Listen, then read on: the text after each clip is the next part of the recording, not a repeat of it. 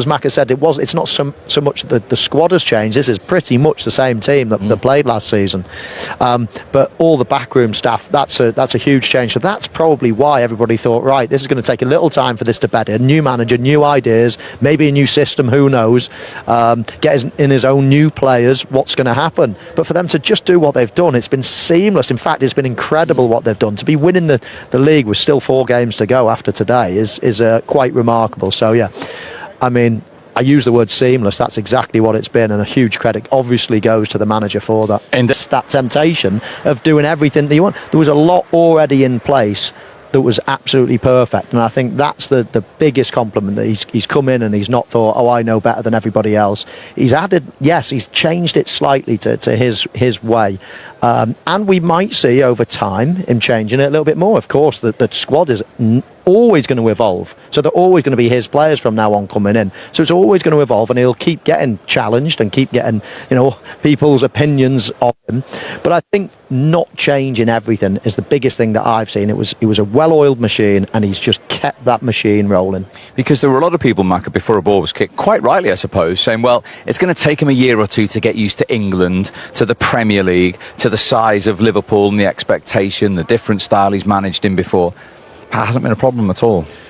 No, and I think the players have helped that. The players are hugely experienced. They were very much in the hunt for all kinds of trophies till March last year, so they knew they had to go out and replicate what they did, and you were hoping, as a Liverpool fan, the likes of Szoboszlai, McAllister, the latest signings, the Gravenbergs, the Endos would improve, and the younger kids with a bit more experience would improve and help the squad, and that is what's happened.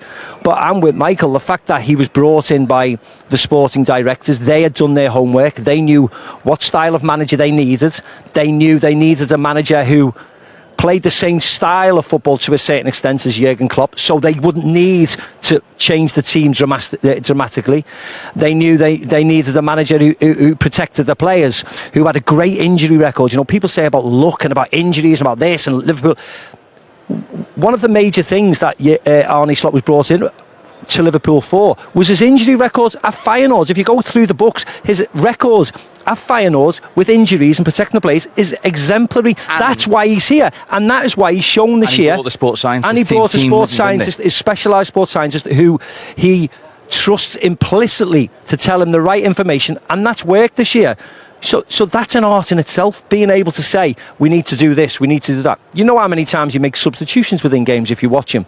People might say, oh, he's making another substitution. But actually, the fact that we're getting to this position and they've had injuries, of course they've had injuries, but they've had limited injuries compared with some of the other bigger sides, their contemporaries. I think, again, shows you it's not just fortune, it's hard work, it's planning, and it's good thinking. And to a certain extent, it has been seamless, and I think that is the bigger thing. It's the same players. They've tweaked a few things here and there, and they've got the best out of them. But it has to go down to the players as well, because they're the ones who cross the white line and play and perform, and they've been amazing. They've looked after themselves. They've been incredibly professional, and they've done the job, or very close to doing the job. And plenty of goals when these two met earlier in the season. We've got plenty of goals in our team now because the strike force is extended. Look at this. Owen and Fowler, 341 Liverpool goals between them. Macca and I with the odd assist, just trying to get the questions in. I had 200 assists, whether that was all. Yeah. Imagine if they'd had assists when you were playing. Imagine if they had assists. Your trophy cabinet would be extended. Imagine the goal involvement I would have had. Robbie, great to see you. You pal, you okay? And you can sense, can't you, as we've been saying, outside the stadium in it. I mean, there's a real party atmosphere here today. It is actually, yeah. I mean, it's such a good occasion. I mean, obviously we all would know what happened the last time they won it. The crowd weren't here, but I think now is a little bit more real. I think the buzz from the ground early doors has been magnificent, and I can't wait for the game to get going, to be fair. And we've all been saying, listen, if Palace had got a third goal on Wednesday, great, and they would have celebrated at the golf club or whatever. But this is the dream scenario, to need something on the game in front of your own supporters. Yeah, and look, that's the nice part about it, isn't it? The fact that you can come to Anfield and you can win the league in front of your own fans. I mean, it's great winning it, don't get me wrong, anywhere. But the fact that you can do it here is probably like the pivotal moment of the year, isn't it, really, for them? Yeah, we were just talking about the role the manager has done before the break, and you were talking about the sports science department. It's really interesting, actually, when you look at his most used team, because you said about in-game changes, but he hasn't actually tinkered week to week much in the Premier League, and that's one of the reasons why they've had such a settled team. Yeah, and also, I think the intensity levels are different from Jurgen. I think you know that, and as you look through, you can see why they've been successful, can't you? They're arguably the strongest 11, whether you think of a Gakpo or whatever. That's a personal choice, but the big hitters have played the most minutes, and that's exactly why. And the intensity levels, I think, at training has dropped, which has probably protected the players a little bit more. Of course, the running the cup competitions and going out late on has protected them a little bit as well. But they've managed the minutes very well between them all. And I think that's another standout moment. Someone singing happy Someone's birthday over there. There's a stadium tour going on. I was a couple of weeks too late, Arnie. I was 50 a few weeks ago. And I think they've misread the date on Wikipedia for Robbie Fowler's 50th. But anyway, the thought was there for them. So. Before that counted. Yeah. God is here. Yeah, God's birthday.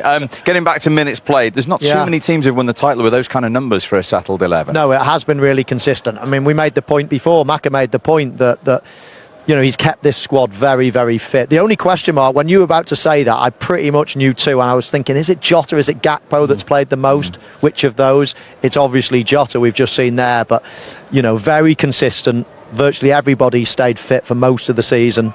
Listen, we talk about fitness, sometimes you can't help but get injured. If something happens, a bad tackle or a bad twist. But in general, in terms of muscle injuries and overplaying or whatever it might be, then conditioning your team is a skill, and it's really important. And I can't stand it when some of these managers in the Premier League bemoan their looks and how many injuries we've got, and it's a hamstring and it's a groin and it's a calf injury. Well, that's not luck, that's the profile of player or the way you're training them, the strength and conditioning that you're doing with them. So it's a very, very impressive stat, that the amount of minutes their main players have played. Did it actually surprise you just to see that in black and white there with that list of 11? No, because I've sort of watched him, and you sort of know when a team comes out, well, he's played a lot of minutes, and you know what, why wouldn't it be? Because we always make a big thing, and the lads talking about it now with the sports scientists now in the game is like, it's tempo, and everyone wants to talk about it. But you know what, rest the players on training days, let them play the best 11 on a Saturday or a Sunday or whenever the game is, and we hear all about players getting rested for the next game, but then they'll go and train a little bit more, and the training will be harder. Do less training, but get your best 11 on the pitch on a Saturday, Sunday, or whenever the game is. I love that. That's the mantra. I think it goes to the professionalism of the players as well. If you speak to some of the players individually, they have to buy into it. They have to buy into it, and they have to do it 24/7.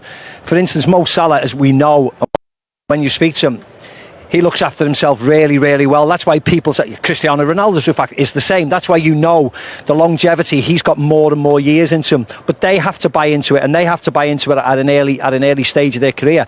And they have an effect on the younger players. Then, when the younger players see Mo Salah in the gymnasium early, or looking after himself by eating the right type of food, or going into the swimming pool, or whatever you do after games, and spending a little bit longer to get yourself ready and recuperate properly, they have changed a number of times throughout the year, from closing high to dropping, and it all depends on the opposition and how they play. Because if they're going to kick the ball long, you drop.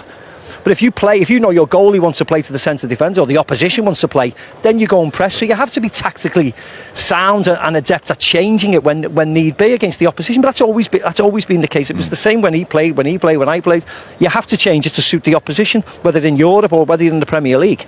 And you have to adapt player-wise as well. You mentioned Mo Salah, Steve. I mean, under Jurgen Klopp in the formative years, he was only mid-20s. He could put in the yards. He could close down. And him and Mane, they were a perfect age. And and Firmino as well. And they had that energy about them. Sometimes as a manager, you've got to look at a player and think, right, he's 32 now. Am I going to ask him to flog his guts out again every single game? Week. Or am I actually going to say, do you know what? He's so important. We can get longevity out of him by actually saying, do you know what? Don't do as much work now. Concentrate on this. We might build the team around you. It's a little bit like Trent Alexander-Arnold. He's so good at doing something. Right, Jordan Henderson at the back of that time, you're going to have to come and fill in and do, because we need to get the best out of him for a period of time or whatever it might be. So you've got to constantly look, and it evolves, it changes. You've got to constantly look at your team and think, right, we need a bit more of that or a bit less of that, because we can get away with it, and it might mean you can last a bit longer.